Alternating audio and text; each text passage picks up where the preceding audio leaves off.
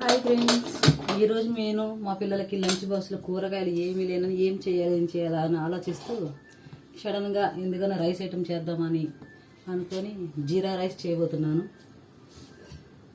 తొందరగా అయిపోద్దని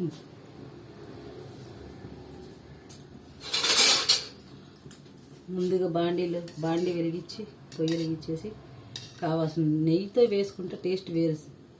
వీడప్పుడు ఎలాగో తినమంటే తినదు, ఇలాంటి రైస్లా కాబట్టి పిల్లలు ఇష్టంగా తింటారు ఫ్రెండ్స్. అందుకే ముందుగానే నాకు కావాల్సినంత 6గురికి సరిపడేలాగా, మేము కూడా తిని చాలా రోజులైంది. అందుకే నా ఉద్దేశంతో మా ఇంట్లో 6 నెంబర్లకి ఉంటారు, 6గురికి నేను చేసేస్తున్నాను ఫ్రెండ్స్. ముందుగా నేను బాండీ పెట్టి కావాల్సినంత నెయ్యి వేసేసుకున్నాను. నెక్స్ట్ ప్రాసెస్లో కొంచెం వేడెక్కినాక చూడండి ఫ్రెండ్స్, వేడెక్కింది కదా, ఇప్పుడు కావాల్సినంత వరకు 6 మనుషులు సరిపడేలాగా జీలకర్ర వేసుకున్నాం. దీన్ని కొంచెం వేగనిద్దాం.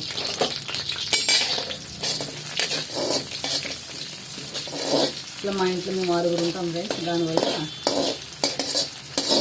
పిల్లల వరకు ఎందుకు మేము కూడా తిని చాలా రోజులైంది కదా. సింపుల్ ప్రాసెస్, ఎప్పుడు స్పైసీ తిని కొంచెం చేంజ్ అవ్వాలి కదా. ఆ విధంగా జీలకర్ర కొంచెం వేగినాక పచ్చిమిర్చి వేసేద్దాం ఫ్రెండ్స్.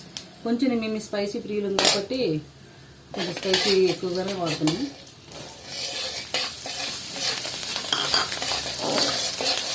పచ్చిమిర్చి, ఎండుమిర్చి, చెక్క, లవంగాల, షాజీరా ఇది వేసుకుంటుందంటే ఫ్లేవర్ ఫ్రైడ్ రైస్ టైపు అది ఆ టేస్ట్ మారిపోద్ది ఫ్రెండ్స్.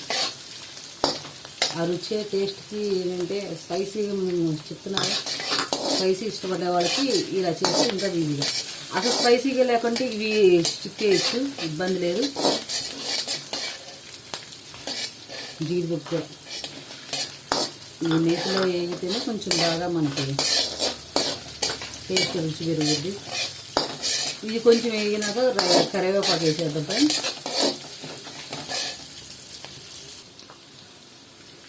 ఫ్రెండ్స్ ఈ విధంగా కొంచెం వేగినాక కరివేపాకు వేసేస్తాను. నేను అన్నీ కొంచెం క్వాంటిటీ ఎక్కువే వేసుకుంటున్నాను, ఎందుకంటే 6 వరకే కాదు, మా ఫ్యామిలీ అందరికీ, పెద్దవాళ్ళు చిన్నవాళ్ళు అందరూ ఉన్నారు కదా. వచ్చింది ఇప్పుడు సమ్మరు, కొంచెం తేలిగ్గా తింటేనే కదా ఫ్రీగా ఉంటుందని స్పైసీ ఫుడ్ లేకుండా ఈ విధంగా. ఇప్పుడు ఇది సాల్ట్ వేసేసుకుందాం ఫ్రెండ్స్. ఇప్పుడు ఈ తాలింపుల్లోనే మనం కావాల్సినంత సాల్ట్ కొంచెం తగ్గించి వేసుకొని, ఆ పచ్చిమిర్చి మనం తింటుంటే కూడా మధ్యలో కారంగా ఉంటే కొంచెం మనకు తినాలనిపిస్తుంది. ఇది కొంచెం వేగనిద్దాం ఫ్రెండ్స్. ఇంకా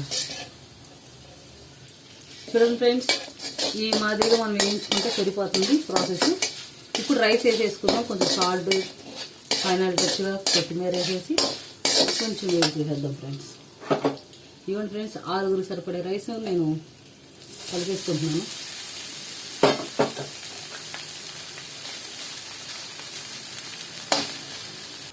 చూడండి ఫ్రెండ్స్, రైస్ వేసుకున్నాక కావాల్సినంత సాల్ట్ కూడా మళ్ళీ ఇందులో కొంచెమే వేసాం కదా, ఇప్పుడు కావాల్సినంత సాల్ట్ వేసేసుకొని కలిపేసుకుందాం ఫ్రెండ్స్.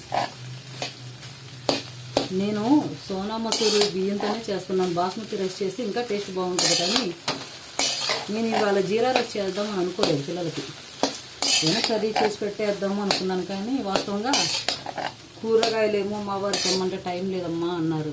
అందుకని సరే ఏం చేద్దామా అని ముందే రైస్ ఉండేసని బాక్స్ పెడదామని కేలా కూరగాయలు చూస్తుంటే కూరగాయలు ఏం లేవనని, సరే పిల్లలకు కూడా తేలిగ్గా ఈజీగా ఉంటుంది అని చెప్పేసి ఫ్రెండ్స్ ఈరోజు ఈ రైస్ చేసేసుకున్నా. కొంచెం బాగా మనకు సాల్ట్ సరిపడా వేసుకున్నాక బాగా కలుపుకోవాలి. చూడటానికి కలర్ఫుల్గా ఉంటుంది ఫ్రెండ్స్. మీకు ఎలా ఉన్నా కామెంట్లో చెప్పండి, నో ప్రాబ్లం. నేను ఈజీగా తీసుకుంటే ఈజీగానే తీసుకుంటాను ఫ్రెండ్స్. మీకు నేను చేసి అంటే నేను చేసే ప్రాసెస్లో నేను చేశాను. చాలామంది చాలా విధాలుగా చేస్తారు, అంటే ఈ టేస్ట్ కూడా బాగుంటుందని మీకు తెలియవలసిన ఫ్రెండ్స్.